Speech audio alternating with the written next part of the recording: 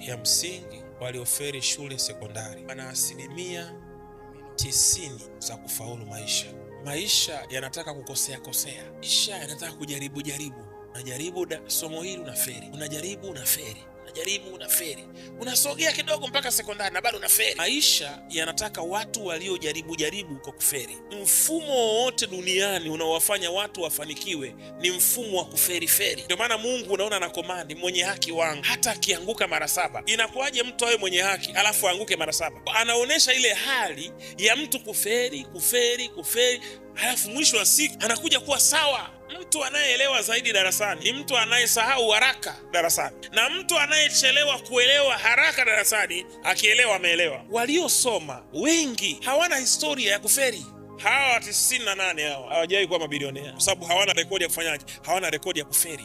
Wana rekodi ya kufaulu, wana rekodi ya kufaulu. Na mtu anayefaulu ana question sana, anafikiria sana, anawaza sana, hana maamuzi haraka. Watu wenye akili hawafanikiwi kwa sababu hii 1 au 2 au 3 au 4 au 5. Sababu ya kwanza, wanajua sana. Sababu ya pili, investigation. Kila kitu utafanya uchunguzi, na uchunguzi hamna uchunguzi wa siku 2. Uchunguzi unachukua muda mrefu. Sababu ya tatu, hawaamini ambacho hawajakisoma. Sasa tena unasikia Wachina wamekuja wanataka mavi ya punda Dodoma. Unataka uikuta kwenye biology hiyo? Wamekuja Wachina wanataka majani ya mtopetope. Yanapatikana hapa majani ya mtopetope, yanapatikana Kisarawe. Hawa waliozoea kuanguka, hawa waliozoea kuferi, hawaogopi kuferi kwa sababu ni mfumo wao wa nini? Wa kuferi. Toka wakiwa shule ya msingi wanaferi. Form 4 wenyewe wameingia wanaferi. Maisha wameferi. Kwenye ndoa wameferi. Kwa hawaogopi kuferi. Ndio unashtukia jamaa kama bilionea bwana. Kivipi?